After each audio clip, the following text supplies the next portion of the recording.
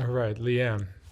Leanne, tell me about your family growing up. You had some interesting parents. Yes, so I'll start from when I moved to Boston. So that's where I lived. When I moved to Boston, it was just me and my mom previously living in Washington State. And the reason I moved to Boston was because of two reasons. One is because I was born with a tumor attached to my aorta in my stomach. So I had that removed when I was a week old in Boston, so Boston Children's Hospital. And after that, it required follow-ups. So I was getting my follow-ups in Oregon, but my family decided it would be best to go back to where I had my surgery, and then Dana-Farber did the follow-ups from there. It never progressed to cancer, and nowadays it wouldn't have been considered such a major surgery like it was when I had it done. That was the first reason. The second reason is because my dad lived in Boston at the time.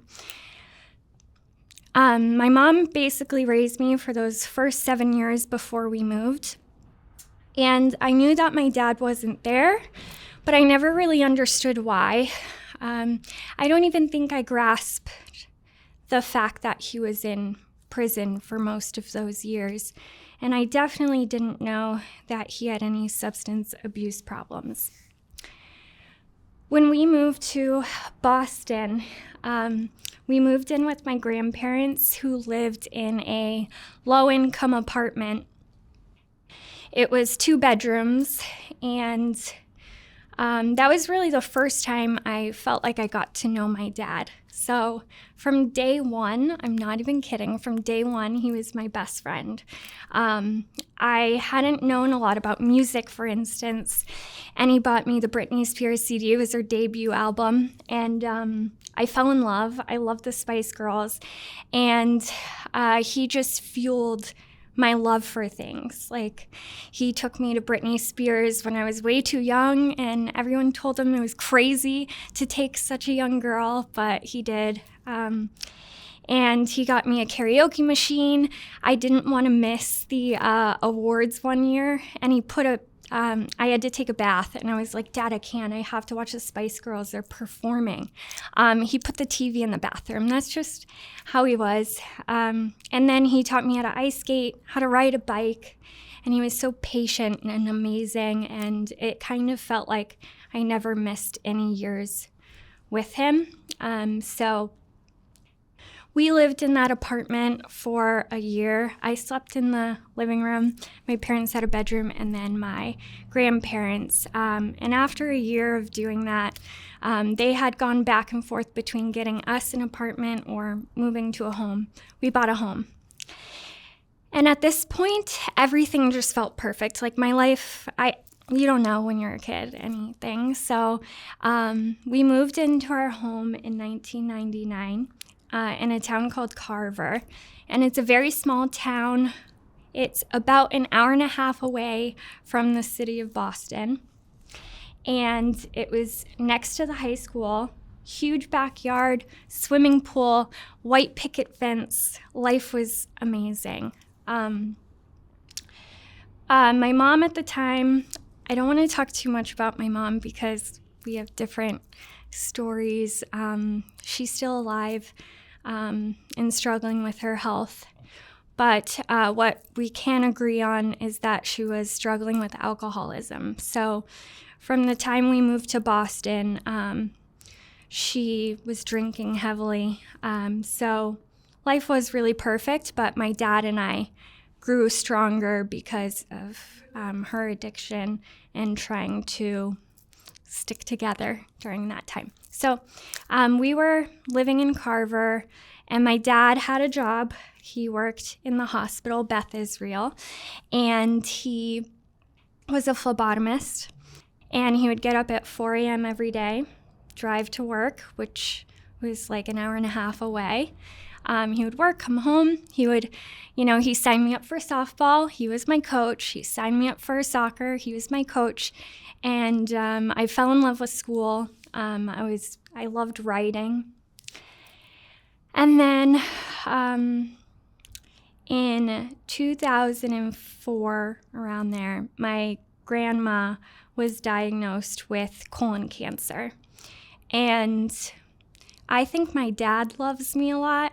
And I love my dad. The way my dad loved my grandma is unlike anything you'd ever see. So when he found out that she had cancer, he took it really, really hard. I was getting older, so at this point, I was 5th grade. I was going into 6th. I think 6th grade is when my parents told me that grandma had stage 4 colon cancer.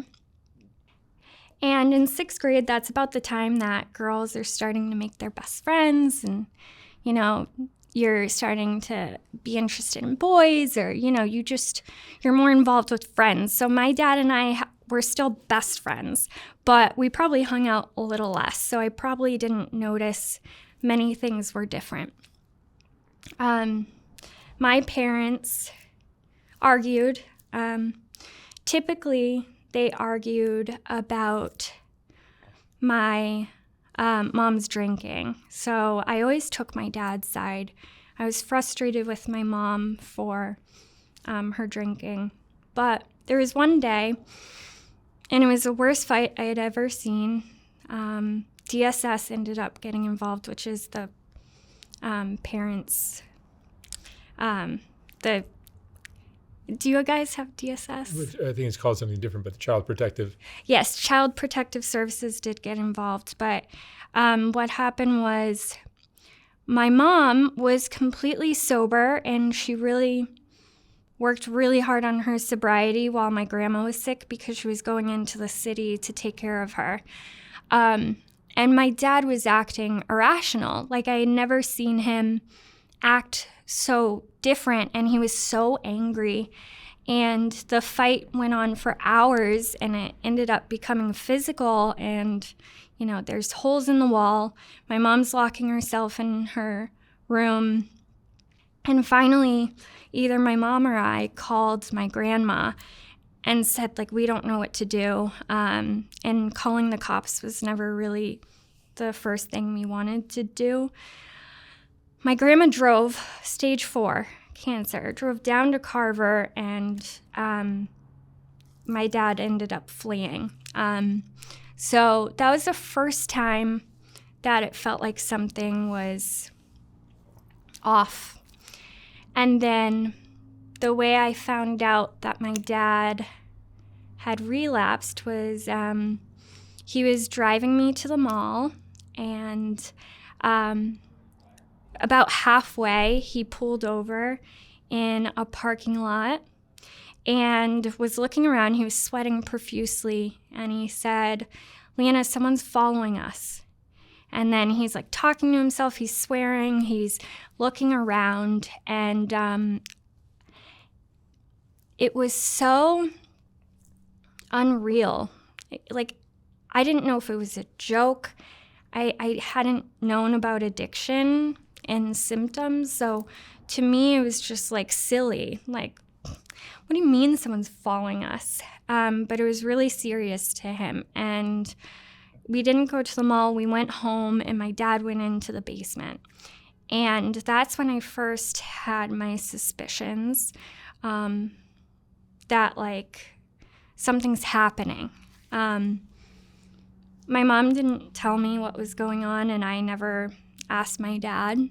I was pretty shy, and my dad was still my everything.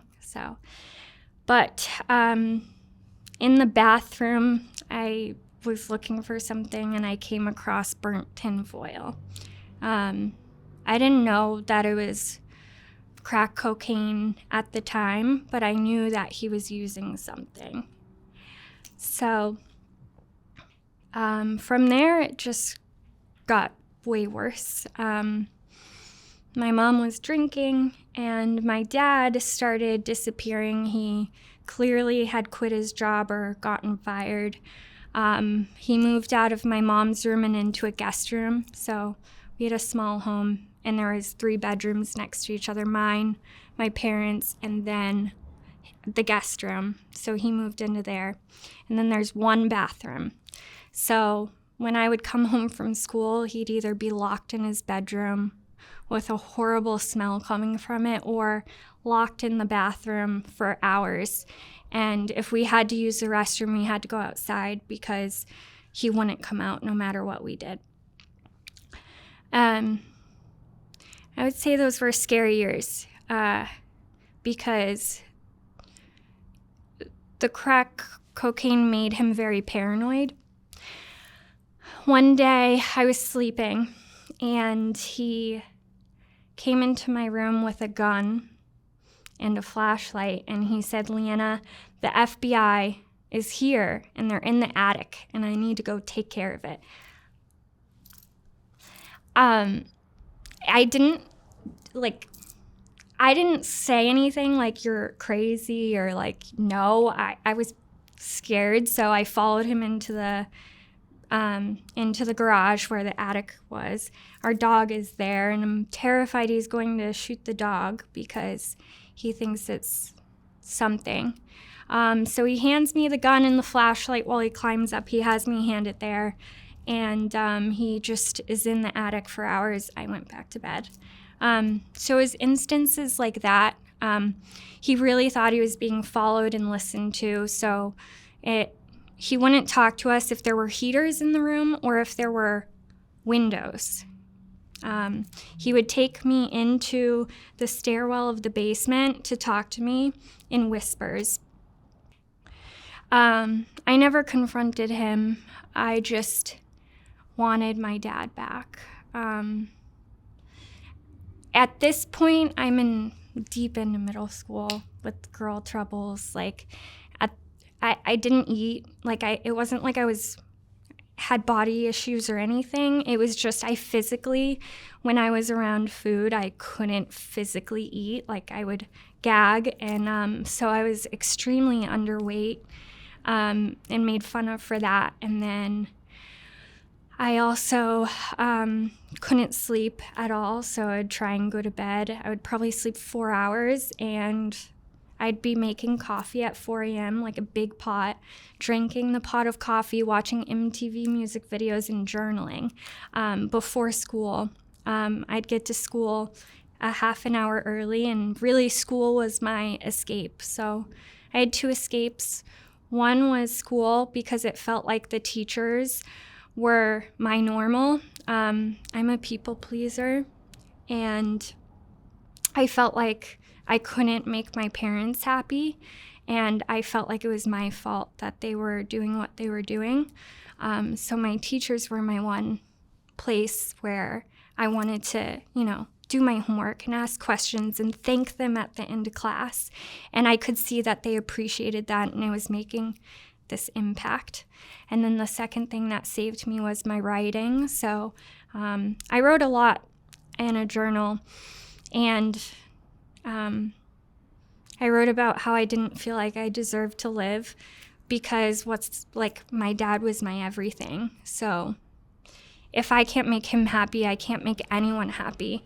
And that carried over into school too, because I just felt like the biggest burden to everyone. Like, aside from my teachers, just being around students, I remember going into homeroom and feeling like everyone here hates that I'm here and I'm taking up energy, and that's bad.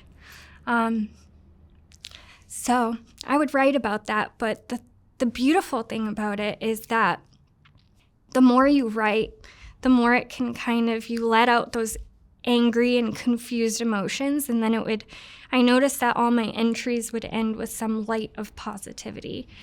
So I really think writing saved me. So school was my haven, but then it started carrying over into school, my dad's addiction. Like I said, our house was right next to the high school. So I was in class. I can't believe how well I remember the feeling, but I was in tech ed, and I was sitting at a window that faced the exterior of the school. where the entrance is, and I noticed my dad was parked there. No one around me knew, even if my dad was parked there and they knew his car, they wouldn't have known what was going on. But I noticed another car pulled up, and my dad was doing a drug deal at my school. And my heart was racing. Like, I was so scared he was going to be caught and people would see what was going on. No one did, but and then later that year, I remember being called to the principal's office. I was called to the principal's office because I won Student of the Month. But I was so scared that it was because my grandma died or because of my dad that when I got to the office, I just started crying. And the principal was so confused. What's wrong? And I could not tell anyone. I wasn't going to tell anyone what was going on because my dad was still my best friend and I didn't want them to know that person. I wasn't embarrassed of him, but I was embarrassed that they might think that was who he really was. And not that he was just sick. So, another instance, my dad showed up to the school, and looking back, I'm sure the principal knew that he was high, but I remember in my mind, I was like, oh no, I have to hide what's going on and just agree with my dad. But he asked to talk to my principal, sat him down and said, I want to take Leanna to Disney World and I'm going to dismiss her from school right now because I want to, take her out into the city. And so I said no, and I went back to class, and then I immediately went to the nurse's office and asked for them to for my uncle to come pick me up.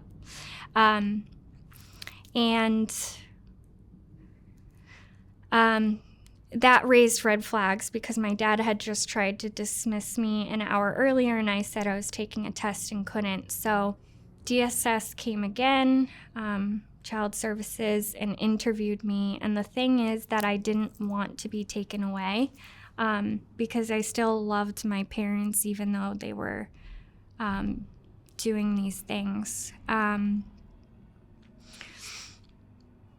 The moment that I feel that it went from thinking that my life was not going anywhere and that it was all horrible was when my dad came into my room, and he had been sober for a day or two, and he was sitting on the bed trying to ask me about my life, and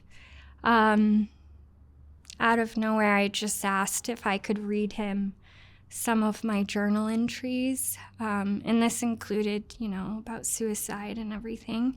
And I read the letters with him, and we both cried together. And then he looked me in the eyes, and it was like I was seeing my dad for the first time again. And he said, "I'm so sorry." And it felt like I had my dad back for that moment, and it changed everything about anything I felt. And it felt like he really couldn't control it, and it wasn't my fault. So he asked me to print out the letters or the journal entries, and he brought them into an AA meeting, which now I know it was an A or an AA meeting. And he came back and he told me that it had a big impact on people that were there and that everyone was silent in the room. And that was a moment I felt like whatever happens, something positive will come out of this. If we just tell our story even, that can make the difference. So I need to make sure that I come out okay out of this. my dad's addiction was getting worse, and I got a phone call on his birthday that he was arrested. My aunt called and said, your dad's in jail. And I wasn't upset or reactive at all, really. I was just happy because he didn't stay sober after, the meetings, and it was still really bad with thinking people were following him. One of the last incidents that happened before he was arrested was we were driving on a side road, and it was like the speed limit's 35, and he starts going 70 miles per hour, hands me a bag of drugs, and tells me to throw it out of the car because someone's following us. So when he was arrested, I felt like it was the best thing that could have happened. So that was when I was in 7th grade. He stayed in there, and we wrote to each other, and I went to go visit him with my dad and my grandma and my mom once or twice, and then he got really healthy. Now I should explain that my dad was 6'1", like biggest muscles, and very Russian, very hairy, very strong. His nickname was the Crazy Russian, and when he was using, he would get down, he'd lose at least like 50, I don't know, maybe I'm exaggerating, but like 100 pounds. And now he was getting big again. And by the grace of God, he was released from prison. It was a state hospital 1 week before my grandma passed away. So he had an opportunity to spend some time with her. And then the funeral happened when she passed, and my dad didn't show up. He came for like maybe the last 2 minutes of the funeral, and he was different this time. Like, it wasn't like a hyper, he wasn't being hyper, but he was being really slow. And he couldn't stay awake, and after the funeral, I didn't see him for a few days. When he did finally come home, his pants were like falling off of him, and he ran into the bathroom, and while he was there, I went to go look at his car to see if I could see anything. And that's when I found a heroin needle, and I knew that he was using, but this time with heroin. So that was a lot different. It felt like my dad could be sober 1 minute, and then the next minute he was high. It was around Thanksgiving time, and it was my junior year of high school, and I was late to curfew, and my dad called, and he was like, Leanna, I'll let you not get in trouble for missing curfew if you bring me a Kit Kat bar and you watch Kung Fu Panda with me when you get home. And I was like, Dad, I can do that. So I picked up the Kit Kat. We're watching Kung Fu Panda. I'm sitting on a chair next to the window to the outside, and then my dad's laying on the couch. And all of a sudden, there's lights coming into the house, and he asked me who's out there. So I peek behind the camera, and I said, there is 5 cop cars outside. Some of them were unmarked. They had lights flashing. And he was like, there's no way. And I was like, Dad, like, there are so many cops outside. So he jumped off the couch. He probably hid whatever was under there. And then he answered the door. And at this point, it's just chaos. My mom is screaming. My grandpa moved in with us after my grandma died. He's screaming, and I'm crying.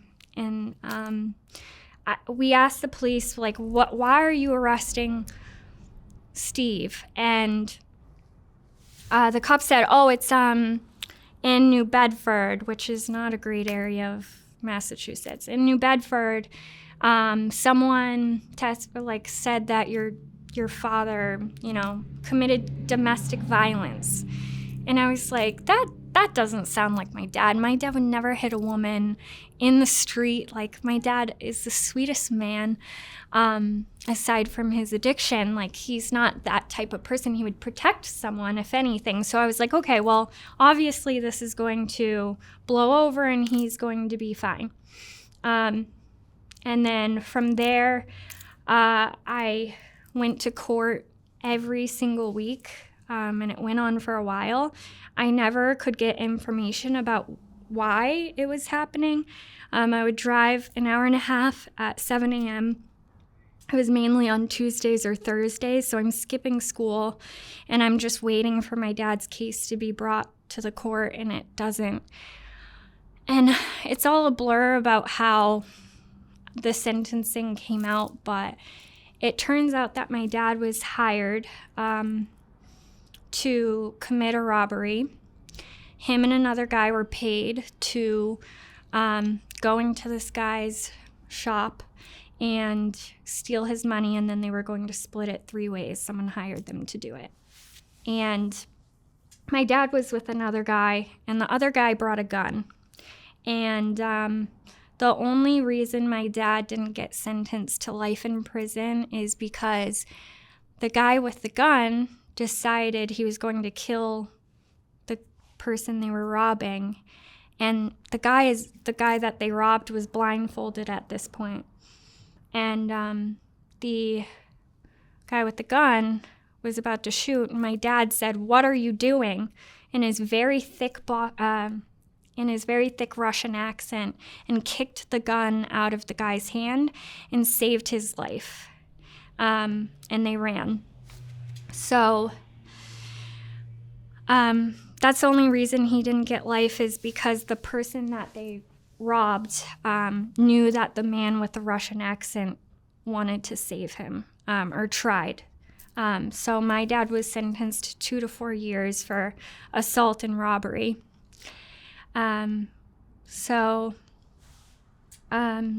He was in prison, and now I'm a senior in high school. My mom was really, really sick at this point. To alcoholism, but she was getting sick in other ways too, like health-wise. And since we moved to Boston, she had something called agoraphobia, which is the fear of being around people. So she didn't really come out of her room. And she wasn't going to visit my dad in prison. And my grandpa was depressed and just so disappointed in my dad for being in prison again, that he didn't go visit. So it was me. I knew I would never cut my dad out of my life, and I knew he needed someone there for him. So no matter what, I was going to visit him, and I was staying in touch and answering his phone calls and writing him. And we wrote to each other every week. And that was when I feel like I really actually got to know my dad. Still to this day, I read his letters because he is so smart and so caring. He's just such a good person. And I hadn't gotten to experience all of that while he was using, but when he was in prison, he could write to me and tell me like everything he really felt. So I decided I'd go to college, and I applied and got in. I only applied to one university, and I chose it because it was in the heart of the city where my dad and I spent the most time. So the next pivotal moment, I would say, in life is I was working 2 jobs to get by.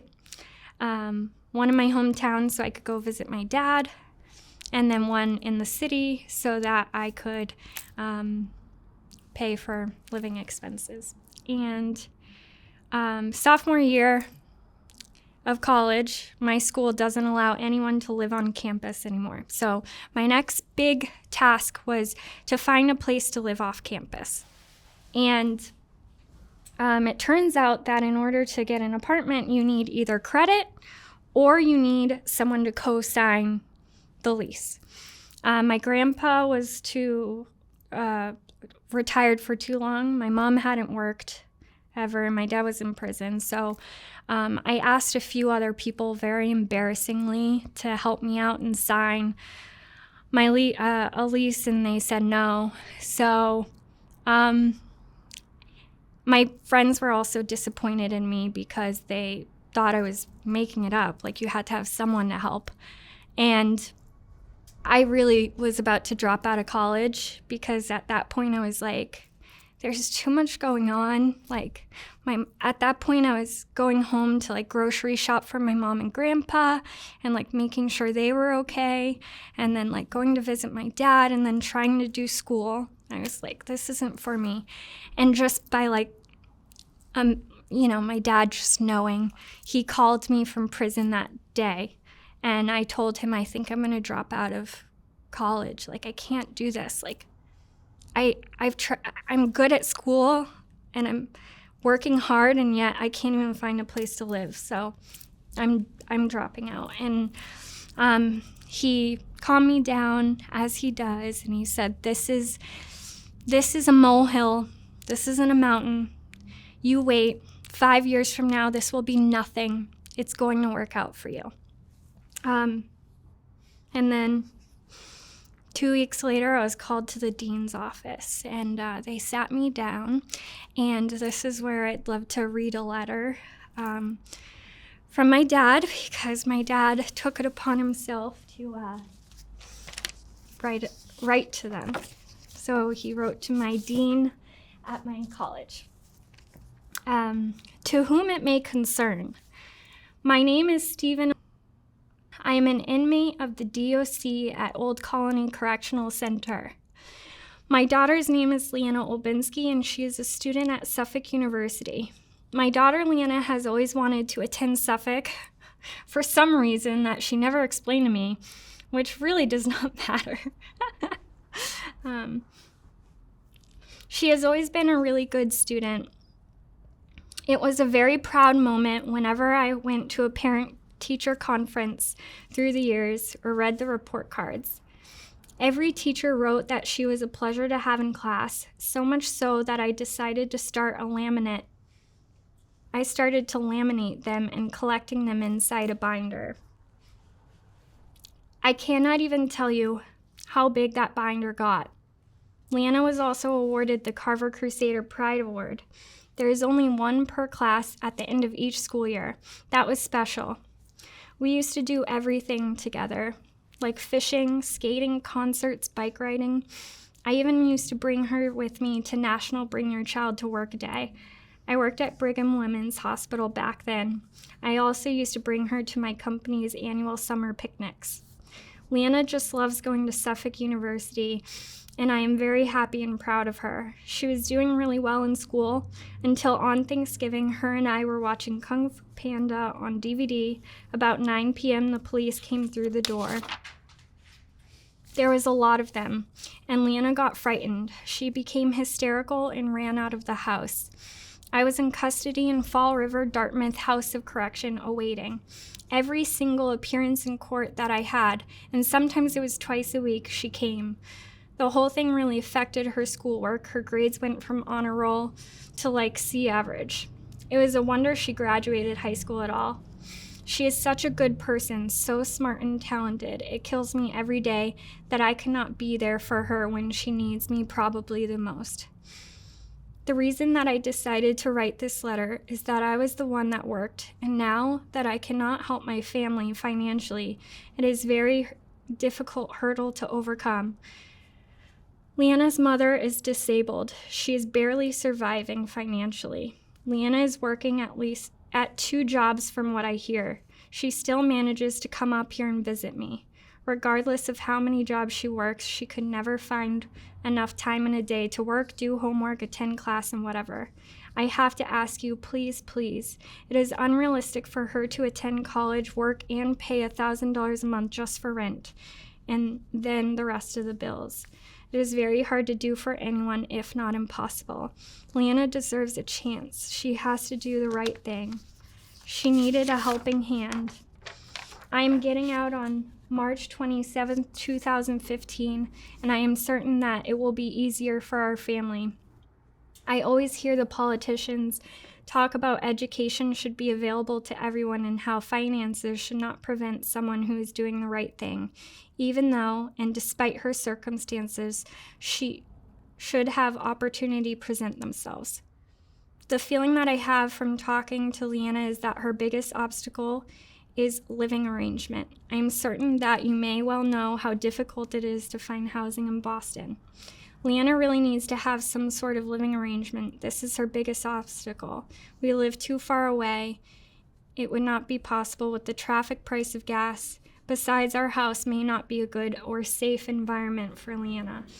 Please help my baby out. I know that our family problems are not very easy for her to talk about, and I don't blame her. And it is all my fault. For me, it will be a valuable lesson on what is really important in life and how easy it is to lose everything with one wrong decision or a choice. Leanna, though, is an innocent victim in all of this, and she deserves a chance. Considering living in a house where there was a lot of drinking, smoking, and substance abuse, and Leanna does not do any of it. She hates all of that because she saw up close what it is and what it does. I can go on and on, it seems like forever. I will only say that Leanna is a wonderful person that I look up to, and she's a fighter from the day she was born and had to get an operation at Boston Children's Hospital when she was 1 month old, to all the follow-ups in Dana-Farber and all sorts of different appointments. I am asking you very much, please assist her with whatever she is eligible for, whatever the school can get, or a sort of job that allows her to live on campus. I assure you that if you make this investment into her as a student, she will be an asset, as well as a feel-good story and someone who is wise beyond her years. God bless, Steve. Sweet. So, that was the letter that the dean made a copy of for me. And the help I got was she suggested I become an RA. So I applied to become an RA. I ended up getting a summer position as an RA, but not the school year. So I still had... RA is what? Resident assistant. So an RA is someone that lives on campus and kind of manages their floor for the college students. So they have a summer position and a fall position. And the fall position gives you housing for the semester of school. So since I had the summer position, I could stay on campus for that summer. So I made it my goal that no matter what, I was going to find a way to stay in the city. And it was because my dad did that I felt like I did deserve to stay and figure out a way to make it work. So at this point, I have 4 jobs. I was waitressing. I was working at a health club. I was doing the CA position, and I was also working at the restaurant at home, so 2 restaurant jobs. And I got free meals at the waitressing job. I had a free place to stay by doing the CA job, and then my health was really important to me, so that was the health club. I had everything covered. I saved my money, and I was able to save enough that I thought was confidently enough for like 6 months of rent if I could find a place that would accept me. 2 weeks before I was supposed to move out of the CA housing, an opportunity presented itself. It was a 1-bedroom, 1-bath. It was with 2 other people. So I split a room with this girl, and her best friend took the the second bedroom.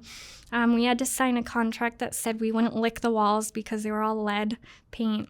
And then they painted over it so many times, none of the doors closed. It was so badly insulated that the olive oil froze. It was not the best situation, but I was so happy. Like, I loved that apartment. But it was only $600 a month, so I was actually able to provide all 12 months of rent if I needed to them. I didn't have to be on the lease because I was able to just live with them. So I started a credit card and I started building up my credit. So in the letter, it says that my dad's supposed to get out in March of 2015, and my graduation was May of 2015. My dad did not get out in March of 2015, and he started becoming really depressed knowing that he wouldn't be out in time to see me graduate, and at this point it would be 2 graduations, my high school and my college. So he would write in letters and say, you know, I can't miss your graduation.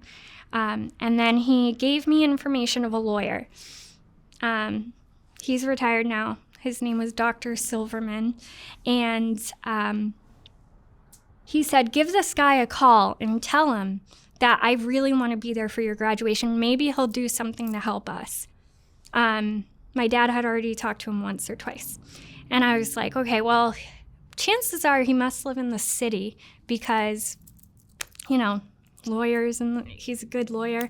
So I looked it up, and he had an office right next to the Suffolk campus. So instead of calling him, I packed up a backpack full of my dad's letters and the big book of all the awards I had won, and I went to his office without an appointment. And I said, can I talk to Dr. Howard Silverman? And they were like, yeah, you can, he'll be out in 5 minutes. So he takes me into his office. He has pictures of his children everywhere and just like all these world travel kind of trinkets. And he's so laid back. And he's like, Leanna, I'm just going to be honest with you. You can't even afford 1 hour of my time. He was an immigration lawyer as well. So he was like, you're going to have to find another way. And I didn't really take no as an answer. I just took out the binder and I said, this is how much my dad loves me, and this is how much I love my dad. And I read him a letter I wrote to my dad, and he started crying and he tearing up, and he said, if my daughters love me half as much as you love your dad, I will take this case pro bono. And so he took my dad's case. And that was really special to us. So my dad didn't make it to my graduation. The lawyer did everything he could to get him out. When my dad left prison, he was immediately picked up by immigration. So he was in ICE, which is the prison for illegal immigrants. My dad was born in the USSR. So technically, every record of him being a resident is demolished. So, and then because he's a criminal, he didn't have his citizenship in America either. So he was in this middle area. Howard Silverman got him out, and it was October 2015. So I had been graduated. I think what's really important to say is that when my dad went to prison, I was a girl. Like, I was young. I had all this free time. And now I had made a life for myself. I just started my first career job. I was still waitressing. I had 3 jobs up until like 5 years into my career just to be okay. And the letters started changing with my dad.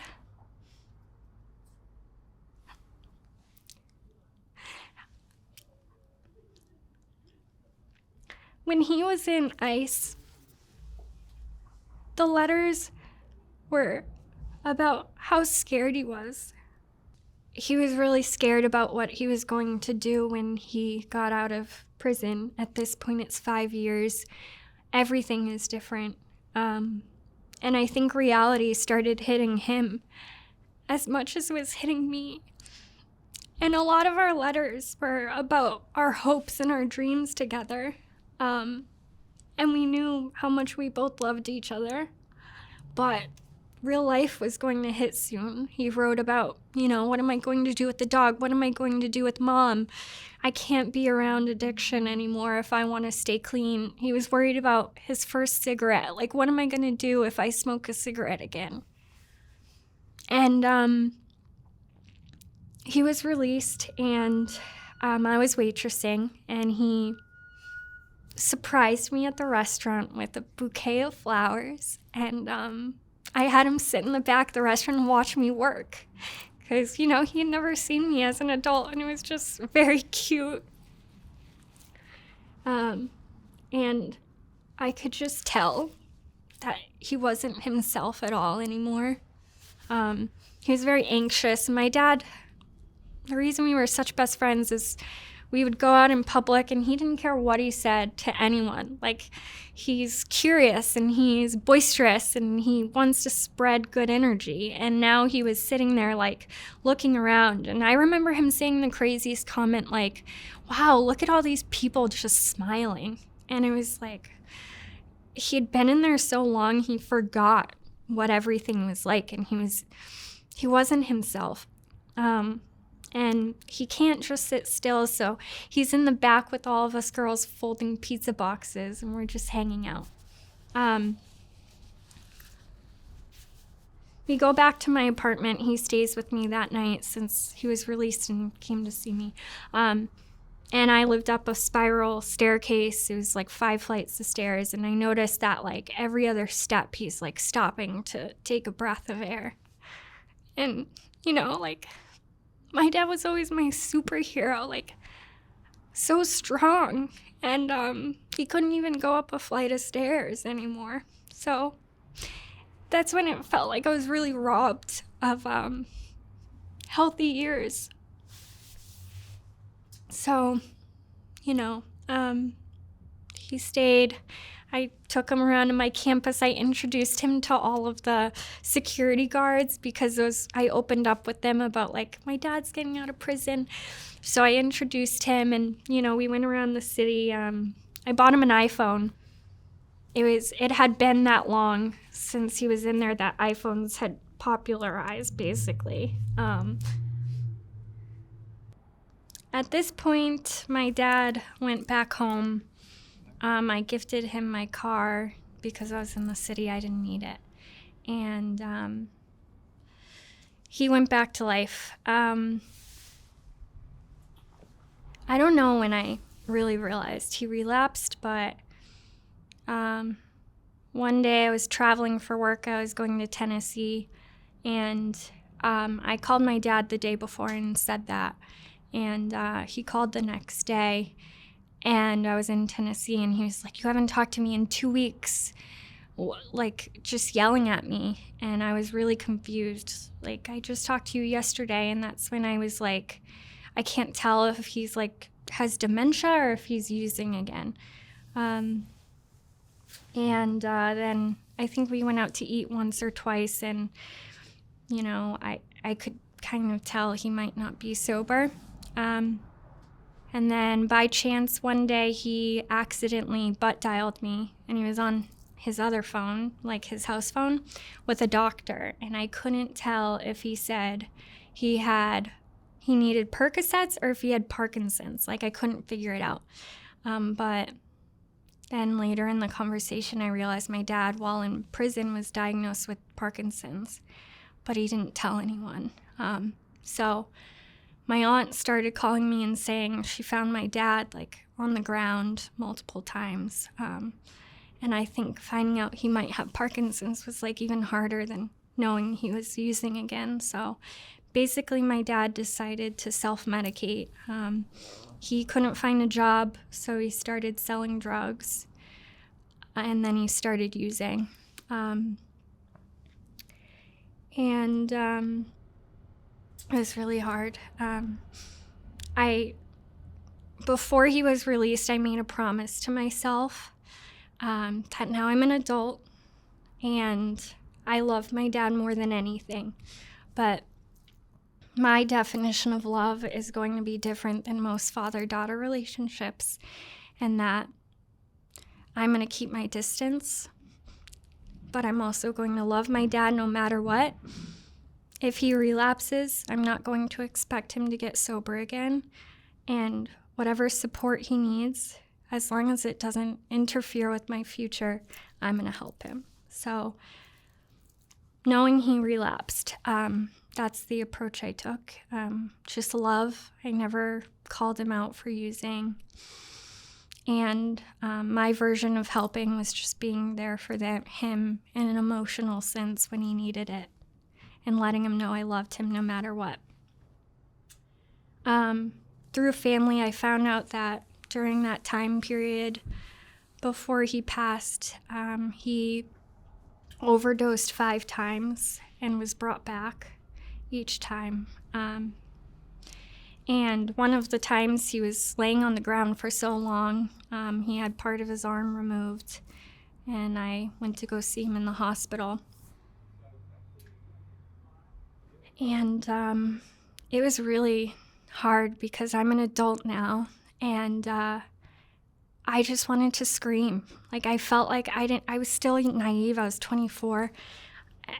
I pushed everyone away. Like, I lost all of my friends. And I had so many people around me that loved me and wanted to help, but like, it felt like there's nothing that could help my dad. Like,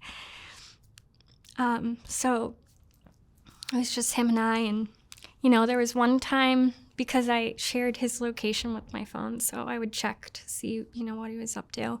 After work, I was working late. I noticed that he was in New Bedford, which only means trouble. And then, like, an hour later, I saw that he was in the hospital, and I thought he was dead. Like, I fully thought, and I just, like, didn't sleep. I was just, like, so scared. And then, like, finally at 1 a.m., I just, like, was like, wait, I could call the hospital.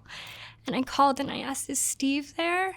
And they were like, he was just released. I found out that he was in the car with someone, and the person overdosed, and he was trying to help them, and the car crashed.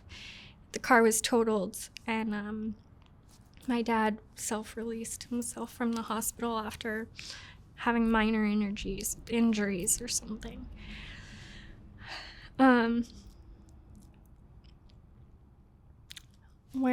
What I want to say is that at the end of his life,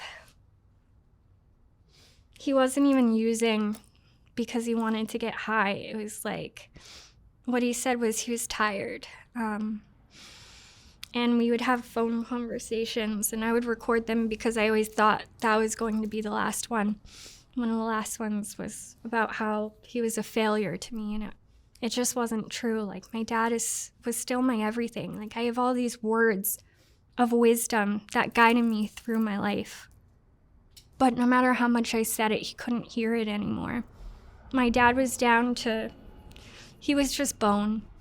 He couldn't even walk anymore. I don't know if it was the drugs or the Parkinson's, but he called me 3 weeks before he passed, and he said, there's nothing more I want to do in this world than go to Bruno Mars.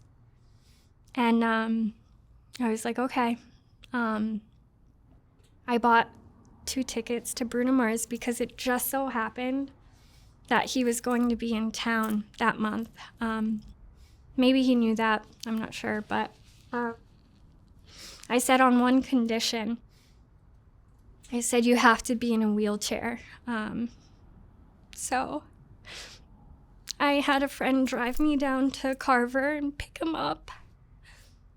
And he looked at me with, like, the most desperate eyes. At this point, my mom moved cross country, and it was just him and my grandpa. And he looked at me with, like, the most desperate eyes, and he said, should I take these? And it was his pills that he was getting high with. And it was so sad because I couldn't say no. I knew he was just taking them to survive at that point. So I said, yeah, you should. So we drove to the city, and I took my dad into a restaurant, and at this point his arm isn't even functioning because of when he was overdosed and was sleeping on it. And I could tell he was in pain, he kept trying to open his arm and he could barely eat. He didn't eat anything. And I just wanted to scream. That's the best way I can describe it. I was so angry at everything. I just wanted to say, help me. People help. So we go into the concert and people were very helpful. Seeing my dad in the wheelchair, opening doors, and it just meant the world. So we're sitting there and we watch, the opening act, and my dad is falling asleep. I don't even know if it was because he was high or because he was just so weak. And then Bruno came on and, my dad lit up, and we have this memory of us, singing together. And it was really special. It was very hard. But I knew it was special for my dad. And, it felt full circle. It started with Britney Spears, and now we were in this concert together. I paid for my dad to get an Uber all the way from Boston back home. And then I didn't hear for 5 days. And he called me and he said he was really depressed. And that was one of the last phone calls we had. And then, if you don't mind, I'll read the letter I wrote to him, and then I'll wrap up. This was by his side when he, by his bedside when he died. Dear Dad, I've been wanting to write you this letter for so long, but I have so much to say that I don't think I can truly express, that I usually can't even start. I'm also scared you won't believe me, so I really hope you understand how much I mean every word I am about to say. I love you so much. I love you more than my job. I love you more than my clothes. I love you more than music. I love you so much that I equivalent my whole life's purpose to you. And I really wish you'd never tell me again you don't deserve my love. If it weren't for you, I wouldn't be the strong, confident woman I am. Behind that side of me is insecurity and fear and doubt. But whenever I think of what you made me and how you taught me to look at myself, I stand tall. If it weren't for you, I know I wouldn't be able to make it in this society where being a good person just isn't good enough. You make me feel that it's okay if being good is all I have. I don't think many people, even parents, have been able to give the gift of that to another person. And I often think about how I am ever going to love my children as much as my dad loves me. How is it possible that even if I go a day or a week or a month without talking to you, I can still feel so loved? Would I have rather had a normal dad? Never. I've never, not for 1 second, wished for better. To me, your disease is sad but beautiful. It really has made me experience love. I've seen real love, and I live in real love because of the disease. When I was looking for you the other day, I thought you ran away. A man told me I was weak for trying to get involved. Dad, I can't express the emotions that came across his face when I looked him dead in the eye and I said, I will do everything and anything to make sure my dad is okay. I touched his heart and maybe even scared him. He said, you know what? I was wrong about you. You're not weak at all. You love, and that's power. And your dad is your strength. You are and always will be my strength. I know who you are, Dad. I know your heart. I feel your pain every time we talk because we are bonded. No one can take away our thought process, and I know yours is filled with love and hope. Even if we have to dig for hope, we have it in us. You're a strong, handsome, caring, helpful man. I feel Grandma's presence agreeing with me and reminding me that you've always been this way since you were a boy. We all have monsters inside of us, but you and I know we're good people. We'll make it through anything because our love and bond is that powerful. I need you more than ever, Dad. What I need is your love, strength, and reminder that we're strong. I love you so much, and the thought of you giving up is my biggest fear. Please, Daddy.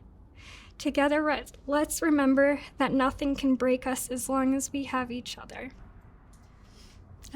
So I sent that to him, and then he passed away the following week. Beautiful. Thank you. Thanks. Beautiful letter. Thank you. What is your view of your dad's life? My dad, at the end of his life, he said, I'm the luckiest man alive. I think he made bad choices, but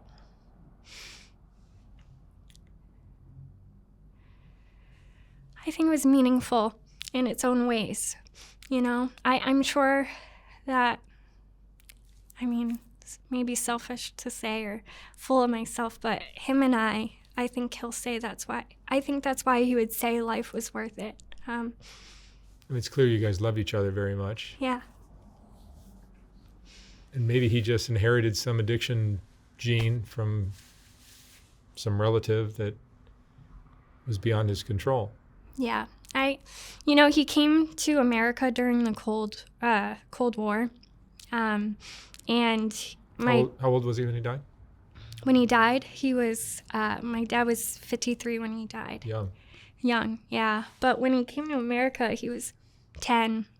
And my grandpa was really wealthy in the USSR. He was head of transportation in Kiev. Back then it was Russia, but Ukraine. And then he came here and they had nothing. And my dad always said, seeing his parents work, and he was working at 10 and saying, where's all the results? There's nothing here. So he got involved with gangs because people were beating him up for being Russian, Ukrainian. And these gang members said, oh, we'll take care of you. And then he saw the quick money. And that's how he kind of got involved with everything. And has being around addict parents kept you away from all that?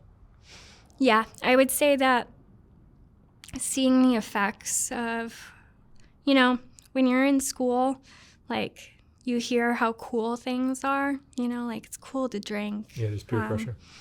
Yeah, the peer pressure, it just didn't appeal to me because I could see what my parents were, but more so, I could see how badly my parents wanted out of it. I know that's not the case for everyone.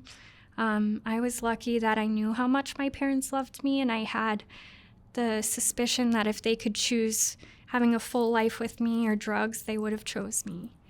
I think that's true for most parents, but I don't know that, all parents have the strength to say it, and not so much that the strength isn't there, but so much that there's so much guilt that it's really hard to say, I'm sorry.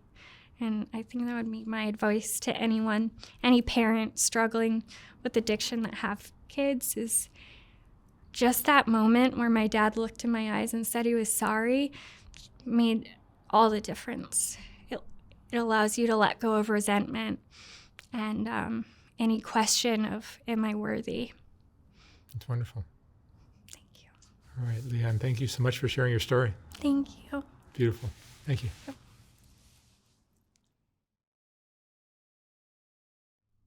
Even though Soft White Underbelly consists of a lot of videos, it's really still a photography project to me. And if you appreciate the photography, sometimes it's difficult to enjoy it when it's scrolling down the screen, which is the only option I had in this horizontal format on YouTube. So last year we came out with the first Soft White Underbelly book, which is a collection of the best portraits from the thousands of interviews I've done. Each portrait in this book is accompanied by an interesting quote from the person's interview. Oh my God. There's more. Wow. These aren't as bad as I thought. I look like a witch.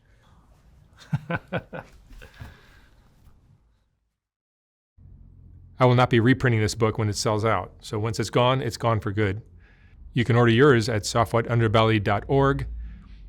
$125, $150 for a signed copy. And thank you for watching.